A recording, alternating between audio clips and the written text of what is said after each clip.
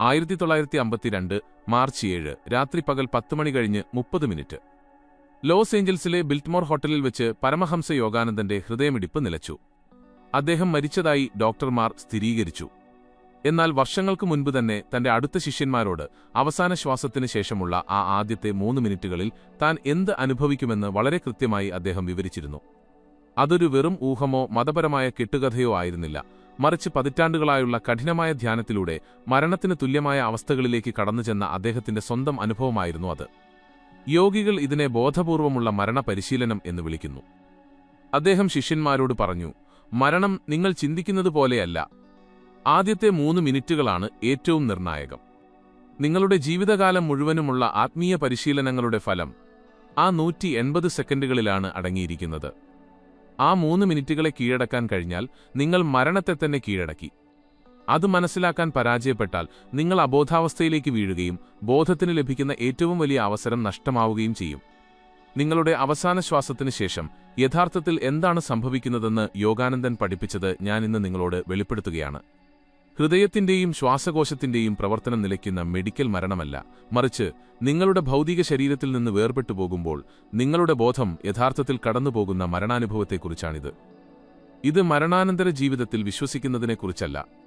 ഓരോ മനുഷ്യനും കടന്നുപോകേണ്ടി വരുന്ന ഒരു മാറ്റത്തെക്കുറിച്ചും ആദ്യത്തെ 180 സെക്കൻഡുകൾ എങ്ങനെയാണ് മരണത്തെ ഒരു ഭയപ്പെടുത്തുന്ന അനുഭവമാക്കുന്നതെന്നോ അല്ലെങ്കിൽ പരമമായ ഉണർവാക്കുന്നതെന്നോ തീരുമാനിക്കുന്നത് എങ്ങനെയെന്നും മനസ്സിലാക്കുന്നതിനെക്കുറിച്ചാണിത്. ഒന്നാമത്തെ മിനിറ്റ് നിങ്ങളുടെ അവസാന ശ്വാസം ശ്വാസകോശത്തിൽ നിന്ന് പുറത്തേക്ക് പോകുന്നു.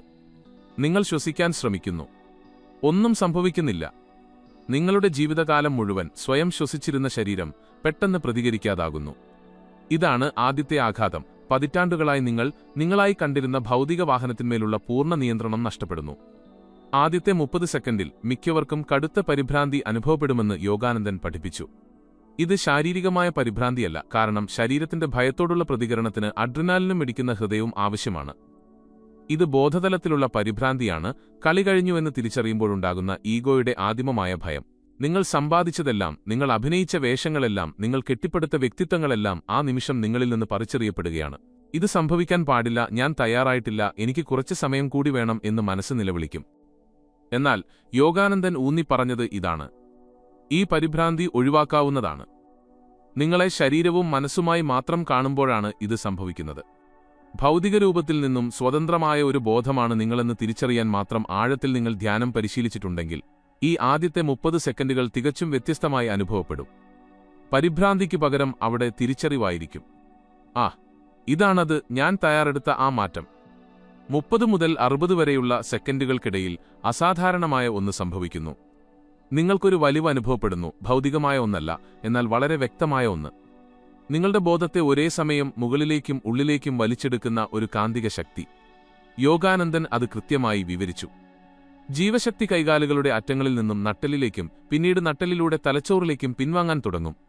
നിങ്ങളുടെ വിരലുകളിൽ നിന്നും, കാൽവിരലുകളിൽ നിന്നും, കാലുകളിൽ നിന്നും, കൈകളിൽ നിന്നും നിങ്ങളുടെ ബോധം അക്ഷരാർത്ഥത്തിൽ വലിച്ചെടുക്കപ്പെടുകയും കേന്ദ്രത്തിൽ ഒരുമിക്കുകയും ചെയ്യുന്നു. മരിച്ചവർ മുകളിലേക്കോ ഉള്ളിലേക്കോ നോക്കുന്നതായി പലപ്പോഴും കാണപ്പെടുന്നത് ഇതുകൊണ്ടാണ്. അവർ പുറമെയുള്ളതൊന്നും നോക്കുകയല്ല. പ്രത്യേക കവാടങ്ങളിലൂടെ ശരീരത്തിൽ നിന്ന് പുറത്തുപോകുന്ന ജീവശക്തിയെ അവർ പിന്തുടരുകയാണ്. മിക്കവരും ഈ മാറ്റത്തെ ആശയക്കുഴപ്പത്തോടെയോ ഭയത്തോടെയോ ആണ് അനുഭവിക്കുന്നത്, കാരണം അവരത് മുമ്പ് അനുഭവിച്ചിട്ടില്ല. എന്നാൽ മികച്ച യോഗികൾ അത് ഉടനടി തിരിച്ചറിയുന്നു, കാരണം അവർ അഗാധമായ ധ്യാനത്തിൽ ആയിരക്കണക്കിന് തവണ കൃത്യമായി ഈ പിൻവലിയൽ പരിശീലിച്ചിട്ടുണ്ട്. ഒന്നാമത്തെ മിനിറ്റിന്റെ അവസാനത്തിൽ, അവസാന ശ്വാസത്തിനു ശേഷം ഏകദേശം 60 സെക്കൻഡ് കഴിയുമ്പോൾ നിങ്ങൾ ഇനി ശരീരം മുഴുവൻ വ്യാപിച്ചിരിക്കുന്നില്ല. നിങ്ങളുടെ ബോധം നട്ടെല്ലിലും തലച്ചോറിലും കേന്ദ്രീകരിച്ചിരിക്കുന്നു, പ്രത്യേകിച്ച് 3 ബിന്ദുക്കളിൽ: നട്ടെല്ലിന്റെ അടിഭാഗം, പുരികങ്ങൾക്കിടയിലുള്ള ഭാഗം, തലയുടെ മുകൾ ഭാഗം. കൈകാലുകൾ മറ്റാരുടെയോ ആണെന്നതുപോലെ വളരെ അകലെയായി തോന്നും. നിങ്ങൾ പൂർണ്ണമായും വേർപിരിഞ്ഞിട്ടില്ലെങ്കിലും ശരീരം വെറുമൊരു ഓർമ്മയായി മാറുകയാണ്. ഈ ആദ്യ മിനിറ്റിലെ നിങ്ങളുടെ ബോധത്തിന്റെ ഗുണനിലവാരമാണ് പിന്നീട് സംഭവിക്കുന്നതെല്ലാം തീരുമാനിക്കുന്നതെന്ന് യോഗാനന്ദൻ പഠിപ്പിച്ചു. നിങ്ങൾ ഈ മാറ്റത്തെ എതിർക്കുകയും ഭൗതിക ജീവിതത്തെ മുറുകെ പിടിക്കാൻ ശ്രമിക്കുകയും ചെയ്താൽ നിങ്ങൾ വലിയ യാതനകൾ സൃഷ്ടിക്കുകയും പ്രക്രിയയെ മന്ദഗതിയിലാക്കുകയും ചെയ്യും. മരിക്കുന്ന ഒരു ശരീരത്തിൽ കൂടുതൽ സമയം കുടുങ്ങിക്കിടക്കും. ഇതൊരു സ്വാഭാവിക പ്രക്രിയയാണെന്ന് മനസ്സിലാക്കി അതിന് കീഴടങ്ങുകയും അതിനെ സ്വാഗതം ചെയ്യുകയും ചെയ്താൽ ഈ മാറ്റം വളരെ സുഗമമായി നടക്കും. ധ്യാനത്തിലൂടെ ബോധപൂർവം പിൻവലിയാൻ വിദ്യാർത്ഥികളെ പഠിപ്പിക്കാൻ അദ്ദേഹം വർഷങ്ങളോളം ചെലവഴിച്ചത് ഇതുകൊണ്ടാണ്, മരിക്കാനല്ല, മറിച്ച് മരണം യഥാർത്ഥത്തിൽ വരുമ്പോൾ അത് ഭയപ്പെടുത്തുന്നതിനു പകരം പരിചിതമായി തോന്നാൻ വേണ്ടി മരണത്തെ നന്നായി പരിശീലിപ്പിക്കാൻ. ധ്യാനസമയത്ത് ശരീരത്തിൽ നിന്ന് ജീവശക്തിയെ വ്യവസ്ഥാപിതമായി പിൻവലിക്കാൻ അദ്ദേഹം വിദ്യാർത്ഥികളെ നയിക്കും. കൈകാലുകളിൽ നിന്ന് കേന്ദ്രത്തിലേക്കും, കേന്ദ്രത്തിൽ നിന്ന് നട്ടെല്ലിലേക്കും, നട്ടെല്ലിൽ നിന്ന് തലച്ചോറിലേക്കും ബോധം വലിച്ചെടുക്കും. ഇതൊരു വെറും സങ്കല്പമായിരുന്നില്ല. ജീവിച്ചിരിക്കുമ്പോൾ തന്നെയുള്ള മരണപ്രക്രിയയുടെ യഥാർത്ഥ പരിശീലനമായിരുന്നു ഇത്. രണ്ടാമത്തെ മിനിറ്റ്, മരണശേഷമുള്ള 60 മുതൽ 120 വരെയുള്ള സെക്കൻഡുകളെ യോഗാനന്ദൻ വിളിച്ചത് വലിയ തീരുമാനത്തിന്റെ നിമിഷം എന്നാണ്. നിങ്ങളുടെ ബോധം ശരീരത്തിന്റെ അരികുകളിൽ നിന്നും പിന്മാറി എക്സിറ്റ് പോയിന്റുകളിൽ കേന്ദ്രീകരിച്ചിരിക്കുന്നു. എവിടെ നിന്നാണ് പുറത്തു പോകേണ്ടത് എന്ന ബോധപൂർവമോ അബോധപൂർവമോ ആയ തീരുമാനമാണ് ഇനി വരുന്നത്. ബോധത്തിന് ശരീരത്തിൽ നിന്ന് പുറത്തുപോകാൻ 9 കവാടങ്ങളുണ്ടെന്ന് യോഗാനന്ദൻ പഠിപ്പിച്ചു. അതിൽ 7 താഴ്ന്ന കവാടങ്ങളായി കണക്കാക്കപ്പെടുന്നു. 2 കണ്ണുകൾ, 2 ചെവികൾ, 2 മൂക്ക്, പിന്നെ വായ. ഈ 7-ൽ ഏതെങ്കിലും ഒന്നിലൂടെ ബോധം പുറത്തു കടക്കുമ്പോൾ നിങ്ങൾക്ക് ഉടനടി ബോധം നഷ്ടപ്പെടും. ലൈറ്റ് സ്വിച്ച് ഓഫ് ചെയ്യുന്നതുപോലെയാണത്. നിങ്ങൾ അബോധാവസ്ഥയിലേക്ക് വീഴുകയും സൂക്ഷ്മലോകത്ത് മയങ്ങിയതുപോലുള്ള അവസ്ഥയിൽ നിങ്ങളുടെ ബോധം അലയുമ്പോൾ മണിക്കൂറുകളോ ദിവസങ്ങളോ ആഴ്ചകളോ അങ്ങനെ തന്നെ തുടരുകയും ചെയ്യും. മിക്ക ആളുകൾക്കും ഇതാണ് സംഭവിക്കുന്നത്. അവർ മരിക്കുന്നു. കണ്ണുകളിലൂടെയോ വായിലൂടെയോ അനിയന്ത്രിതമായും അലങ്കോലമായും ബോധം പുറത്തേക്ക് തെറിക്കുന്നു. അവർക്ക് ഉടനടി ബോധം നഷ്ടപ്പെടുന്നു. അവർക്ക് ആദ്യത്തെ മരണാനുഭവം മുഴുവനായും നഷ്ടപ്പെടുന്നു. പിന്നീട് സൂക്ഷ്മലോകത്ത് അവർക്ക് ബോധം തിരികെ ലഭിക്കുമ്പോൾ അവർ ആശയക്കുഴപ്പത്തിലാകും, ദിശയറിയാതെ ഉഴലും, പലപ്പോഴും തങ്ങൾ മരിച്ചുവെന്നുപോലും തിരിച്ചറിയുകയില്ല. എന്നാൽ 2 ഉയർന്ന കവാടങ്ങളുണ്ട്. ആജ്ഞാചക്രം അല്ലെങ്കിൽ ആത്മീയ നേത്രം എന്ന് വിളിക്കപ്പെടുന്ന പുരികങ്ങൾക്കിടയിലുള്ള ബിന്ദു, സഹസ്രാരം അല്ലെങ്കിൽ 1000 ഇതളുകളുള്ള താമര എന്ന് വിളിക്കപ്പെടുന്ന തലയുടെ മുകൾ ഭാഗം. ഇതിൽ ഏതെങ്കിലും ഒന്നിലൂടെ ബോധം പുറത്തു കടക്കുമ്പോൾ ഈ മാറ്റത്തിലുടനീളം നിങ്ങൾ പൂർണ്ണമായും ബോധവാനായിരിക്കും. അബോധാവസ്ഥയിലുള്ള യാതൊരു ഇടവേളയുമില്ല. വളരെ വ്യക്തതയോടെ നിങ്ങൾ ശരീരത്തിൽ നിന്നും പുറത്തുപോകുന്നത് നിങ്ങൾ കാണും. ഇതാണ് തീരുമാനത്തിന്റെ നിമിഷം. മിക്ക ആളുകൾക്കും ഇതൊരു ബോധപൂർവമായ തീരുമാനമല്ലെങ്കിലും ജീവിതകാലത്ത് നിങ്ങളുടെ ബോധം എവിടെയാണോ നിലനിൽക്കുന്നത് അത് അടിസ്ഥാനമാക്കിയാണ് ഇത് തീരുമാനിക്കപ്പെടുന്നത്. നിങ്ങൾ കാണുകയും കേൾക്കുകയും രുചിക്കുകയും മണക്കുകയും ചെയ്യുന്ന ഭൗതിക ഇന്ദ്രിയങ്ങളിലാണ് നിങ്ങൾ ജീവിതം ചെലവഴിച്ചതെങ്കിൽ നിങ്ങളുടെ ബോധം സ്വാഭാവികമായും ഇന്ദ്രിയ കവാടങ്ങളിലൂടെ പുറത്തുകടക്കുകയും നിങ്ങൾക്കുടൻ ബോധം നഷ്ടപ്പെടുകയും ചെയ്യും. എന്നാൽ പുരികങ്ങൾക്കിടയിലുള്ള ആത്മീയ നേത്രത്തിൽ ശ്രദ്ധ കേന്ദ്രീകരിച്ച് നിങ്ങൾ വർഷങ്ങളോളം ധ്യാനം പരിശീലിച്ചിട്ടുണ്ടെങ്കിൽ നിങ്ങളുടെ ബോധം ആ ബിന്ദുവുമായി നേരത്തെ തന്നെ പൊരുത്തപ്പെട്ടിട്ടുണ്ടാകും. മരണം വരുമ്പോൾ നിങ്ങൾ സ്വാഭാവികമായി ആ കവാടത്തിലൂടെ പുറത്തുകടക്കുകയും ബോധവാനായി തുടരുകയും ചെയ്യും. ധ്യാനസമയത്ത് ആത്മീയ നേത്രത്തിൽ ശ്രദ്ധ കേന്ദ്രീകരിക്കാൻ ആളുകളെ പഠിപ്പിക്കുന്നതിൽ യോഗാനന്ദൻ ഇത്രയധികം നിർബന്ധം പിടിച്ചത് ഇതുകൊണ്ടാണ്. ഇതൊരു നിഗൂഢ പ്രതീകാത്മകതയായിരുന്നില്ല, മറിച്ച് ബോധപൂർവമുള്ള മരണത്തിനായുള്ള അക്ഷരാർത്ഥത്തിലുള്ള തയ്യാറെടുപ്പായിരുന്നു. 90 മുതൽ 120 വരെയുള്ള സെക്കൻഡുകൾക്കിടയിലാണ് യഥാർത്ഥ പുറത്തുകടക്കൽ നടക്കുന്നത്. പൊക്കിൾക്കൊടി മുറിക്കുന്നതുപോലെ അവസാനത്തെ പൊട്ടൽ എന്നാണ് യോഗാനന്ദൻ അതിനെ വിശേഷിപ്പിച്ചത്. പെട്ടെന്നുള്ള ഒരു വിടുതൽ അല്ലെങ്കിൽ മാറ്റം നിങ്ങൾക്ക് അനുഭവപ്പെടും. അടുത്ത നിമിഷം നിങ്ങൾ ശരീരത്തിലല്ല, മറിച്ച് ശരീരത്തിന് തൊട്ടു മുകളിലായി നിൽക്കുന്നതായി മാറും. നിങ്ങൾ ആത്മീയ നേത്രത്തിലൂടെയോ തലയുടെ മുകളിലൂടെയോ ആണ് പുറത്തു കടന്നതെങ്കിൽ ഈ മാറ്റത്തെക്കുറിച്ച് നിങ്ങൾ പൂർണ്ണമായും ബോധവാനായിരിക്കും. നിങ്ങൾക്ക് താഴെയുള്ള നിങ്ങളുടെ ശരീരം നിങ്ങൾക്ക് കാണാം, മുറി കാണാം. ആരെങ്കിലും അവിടെയുണ്ടെങ്കിൽ നിങ്ങളുടെ ശരീരത്തിന് ചുറ്റുമുള്ള ആളുകളെ നിങ്ങൾക്ക് കാണാം. എന്നാൽ ഈ സമയം വരെ ബോധത്തോടെ തുടരുന്ന മിക്ക ആളുകളെയും അത്ഭുതപ്പെടുത്തുന്നത് ഇതാണ്. നിങ്ങൾ മരിച്ചതുപോലെയല്ല, കൂടുതൽ ജീവനുള്ളതായി നിങ്ങൾക്ക് അനുഭവപ്പെടും. ഭൗതിക ശരീരം വെറുമൊരു പരിമിതിയായിരുന്നു, നിങ്ങൾ ധരിച്ചിരുന്ന ഭാരമേറിയ ഒരു കോട്ട്. അതില്ലാതെ വരുമ്പോൾ നിങ്ങൾക്ക് കൂടുതൽ ഭാരം കുറഞ്ഞതായും കൂടുതൽ സ്വതന്ത്രനായും കൂടുതൽ ഊർജ്ജസ്വലനായും അനുഭവപ്പെടും. നിറങ്ങൾ കൂടുതൽ തിളക്കമുള്ളതായി തോന്നും. കാഴ്ച കൂടുതൽ വ്യക്തമാകും. ജീവൻ നഷ്ടപ്പെട്ടു എന്ന അർത്ഥത്തിലല്ല നിങ്ങൾ മരിച്ചത്. ഭൗതിക പരിമിതികളിൽ നിന്ന് മോചനം നേടി എന്ന അർത്ഥത്തിലാണ് നിങ്ങൾ മരിച്ചത്. എന്നിരുന്നാലും നിങ്ങൾ താഴെയുള്ള കവാടങ്ങളിലൂടെയാണ് പുറത്തു കടന്നതെങ്കിൽ നിങ്ങൾ ഇതൊന്നും അനുഭവിക്കുന്നില്ല. നിങ്ങൾ അപ്പോഴേക്കും അബോധാവസ്ഥയിലായി ഒഴുകി നടക്കുകയാണ്. ഈ നിർണായക നിമിഷങ്ങളുടെ യാതൊരു ഓർമ്മയുമില്ലാതെ നിങ്ങൾ പിന്നീട് സൂക്ഷ്മലോകത്തുണരും. ഈ രണ്ടാമത്തെ മിനിറ്റിലാണ് അടുപ്പങ്ങൾ വ്യക്തമായി കാണാൻ കഴിയുന്നത്. ആളുകളോടോ സ്ഥലങ്ങളോടോ വസ്തുക്കളോടോ ഉള്ള ശക്തമായ വൈകാരിക അടുപ്പങ്ങൾ മരണസമയത്ത് കാണാൻ കഴിയുന്ന ഊർജ്ജ ചരടുകൾ സൃഷ്ടിക്കുമെന്ന് യോഗാനന്ദൻ പഠിപ്പിച്ചു.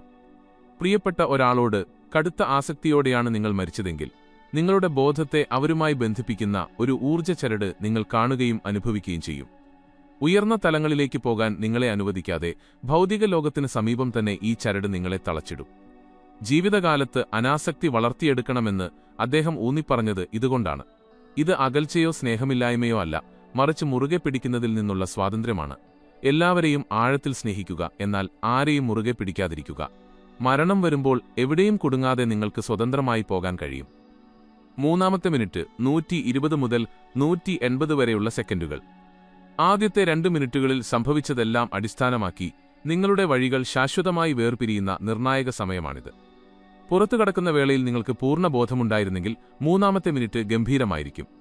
ഭൗതിക ശരീരത്തിനുള്ളിൽ എപ്പോഴും നിലനിന്നിരുന്ന, എന്നാൽ മുമ്പ് കാണാൻ കഴിയാതിരുന്ന ഊർജ്ജ ശരീരമായ ആസ്ട്രൽ ശരീരത്തിലായിരിക്കും നിങ്ങളിപ്പോൾ പൂർണ്ണമായും. ഈ ശരീരം മാംസവും രക്തവും കൊണ്ടല്ല, മറിച്ച് വെളിച്ചവും പ്രകമ്പനവും കൊണ്ടാണ് നിർമ്മിച്ചിരിക്കുന്നത്. ഇതിന് രൂപമുണ്ട്, തിരിച്ചറിയാൻ കഴിയുന്ന സവിശേഷതകളുണ്ട്, പക്ഷേ ഇത് കട്ടിയുള്ളതല്ല. നിങ്ങൾക്ക് നിങ്ങളുടെ കൈകൾ കാണാൻ കഴിയും, പക്ഷേ അവ അല്പം സുതാര്യവും തിളക്കമുള്ളതുമായിരിക്കും. നിങ്ങൾക്ക് ചുറ്റുമുള്ള ആസ്ട്രൽ ലോകം ഇപ്പോൾ ദൃശ്യമാകും. ഇത് മറ്റെവിടെയെങ്കിലുമുള്ള ഒരു സ്ഥലമല്ല. ഭൗതിക ലോകം നിൽക്കുന്ന അതേ സ്ഥലത്ത് തന്നെ, എന്നാൽ ഭൗതിക കണ്ണുകൾക്ക് കാണാൻ കഴിയാത്ത ഒരു ഫ്രീക്വൻസിയിൽ നിലനിൽക്കുന്ന യാഥാർത്ഥ്യമാണിത്.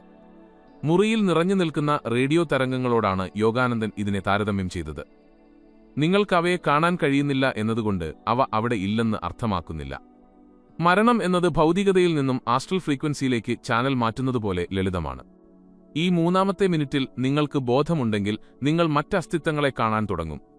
ചിലപ്പോൾ നിങ്ങളെ സ്വാഗതം ചെയ്യാനും ഈ മാറ്റത്തിൽ നിങ്ങളെ സഹായിക്കാനും വന്ന മരിച്ചുപോയ പ്രിയപ്പെട്ടവരായിരിക്കും അവർ. ചിലപ്പോൾ അവർ ആസ്ട്രൽ ലോകത്തിലൂടെ സഞ്ചരിക്കാൻ, ആത്മാക്കളെ സഹായിക്കാൻ നിയോഗിക്കപ്പെട്ട ആത്മീയ വഴികാട്ടികളായിരിക്കും. ചിലപ്പോൾ നിങ്ങളുടെ ബോധം വളരെ ഉയർന്നതാണെങ്കിൽ വലിയ മഹാത്മാക്കളെയോ ഗുരുക്കന്മാരെയോ മതപാരമ്പര്യങ്ങൾ മാലാഖമാർ എന്ന് വിളിക്കുന്നവരെയോ നിങ്ങൾ കണ്ടേക്കാം. എന്നാൽ ആശയക്കുഴപ്പമുള്ളതോ നിഷേധാത്മകമായതോ ആയ അസ്തിത്വങ്ങളെയും നിങ്ങൾ കണ്ടേക്കാമെന്ന് യോഗാനന്ദൻ മുന്നറിയിപ്പ് നൽകി. ദുരിതത്തിൽ കുടുങ്ങിക്കിടക്കുന്ന ആത്മാക്കൾ വസിക്കുന്ന നരകം പോലെയുള്ള താഴത്തെ പ്രദേശങ്ങൾ മുതൽ ആനന്ദത്തിന്റെയും വെളിച്ചത്തിന്റെയും സ്വർഗീയമായ ഉയർന്ന പ്രദേശങ്ങൾ വരെ എല്ലാ തലങ്ങളും ആസ്ട്രൽ ലോകത്തുണ്ട്. എവിടേക്കാണ് നിങ്ങൾ പോകുന്നത് എന്നത് മരണസമയത്തെ നിങ്ങളുടെ ബോധത്തിന്റെ അവസ്ഥയെ പൂർണ്ണമായും ആശ്രയിച്ചിരിക്കും. സമാനമായവയെ ആകർഷിക്കുന്നു.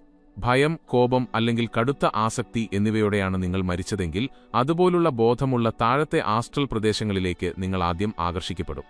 സമാധാനവും സ്നേഹവും സമർപ്പണബോധവുമുള്ള അവസ്ഥയിലാണ് മരിച്ചതെങ്കിൽ നിങ്ങൾ സ്വാഭാവികമായും ഉയർന്ന തലങ്ങളിലേക്ക് ഉയരും.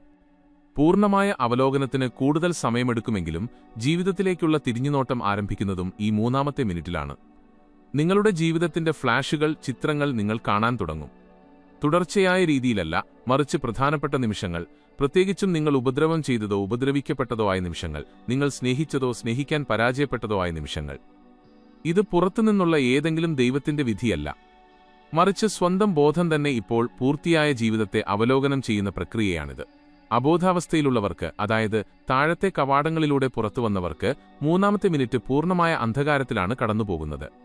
സമയത്തിനർത്ഥമില്ലാത്ത മയക്കത്തിന്റെ അവസ്ഥയായ മരണനിദ്ര എന്ന് യോഗാനന്ദൻ വിളിച്ച അവസ്ഥയിൽ അവരൊഴുകി നടക്കുകയാണ്. പതുക്കെ ബോധം വീണ്ടെടുക്കുന്നതിന് മുമ്പ് ദിവസങ്ങളോ ആഴ്ചകളോ ആണെന്ന് തോന്നുന്ന അത്രയും സമയം അവർ ഒഴുകി നടന്നേക്കാം. അവർ ഉണരുമ്പോൾ ആശയക്കുഴപ്പത്തിലാകും. തങ്ങൾ മരിച്ചുവെന്ന് പലപ്പോഴും തിരിച്ചറിയാതെ ഭൗതിക ലോകവുമായി ഇടപഴകാൻ ശ്രമിക്കുകയും ആർക്കും തങ്ങളെ കാണാനോ കേൾക്കാനോ കഴിയുന്നില്ല എന്നോർത്ത് നിരാശപ്പെടുകയും ചെയ്യും. ഭൂരിഭാഗം പ്രേതാനുഭവങ്ങളുടെയും ഉത്ഭവം ഇതാണ്. അവർ ദുഷ്ടാത്മാക്കളല്ല.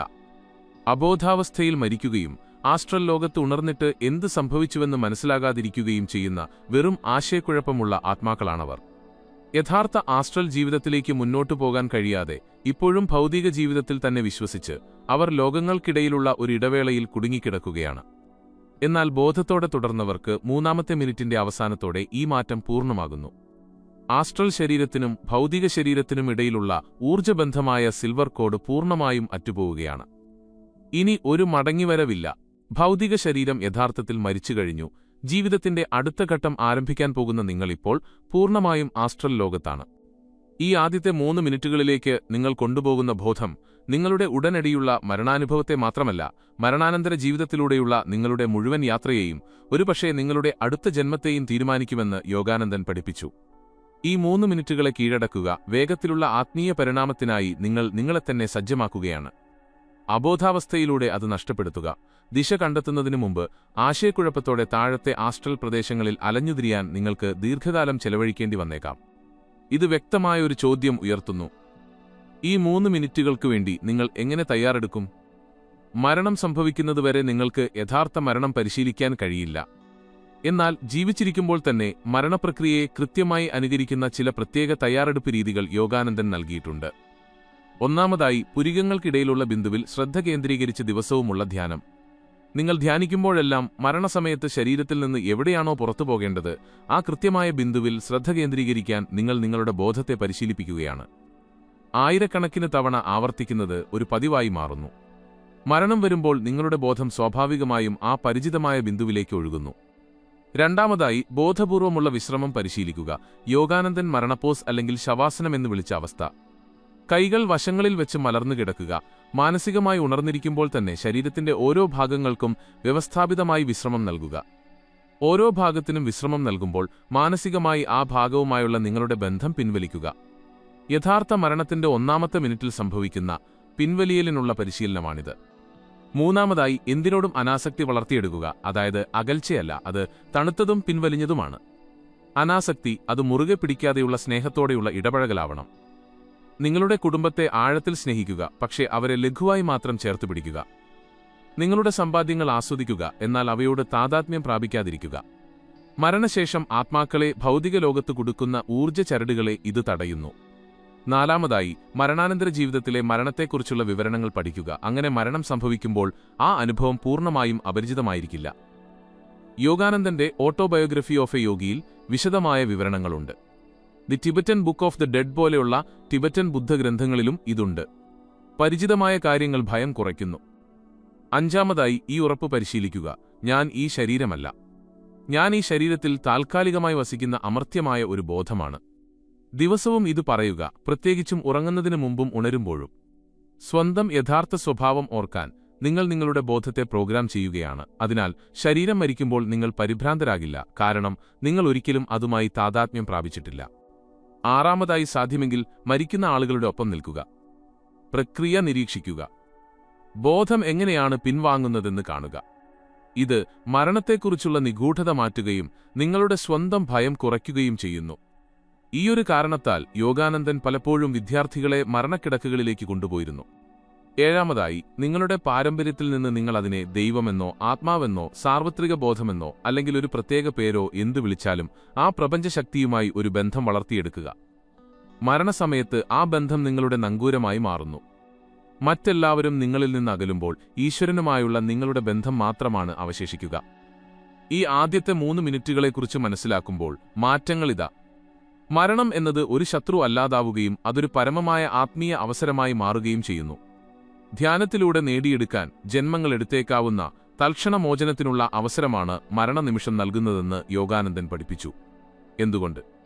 കാരണം മരണസമയത്ത് വ്യക്തിപരമായ ബോധത്തിനും സാർവത്രിക ബോധത്തിനുമിടയിലുള്ള എല്ലാ സാധാരണ തടസ്സങ്ങളും താൽക്കാലികമായി ഇല്ലാതാകുന്നു.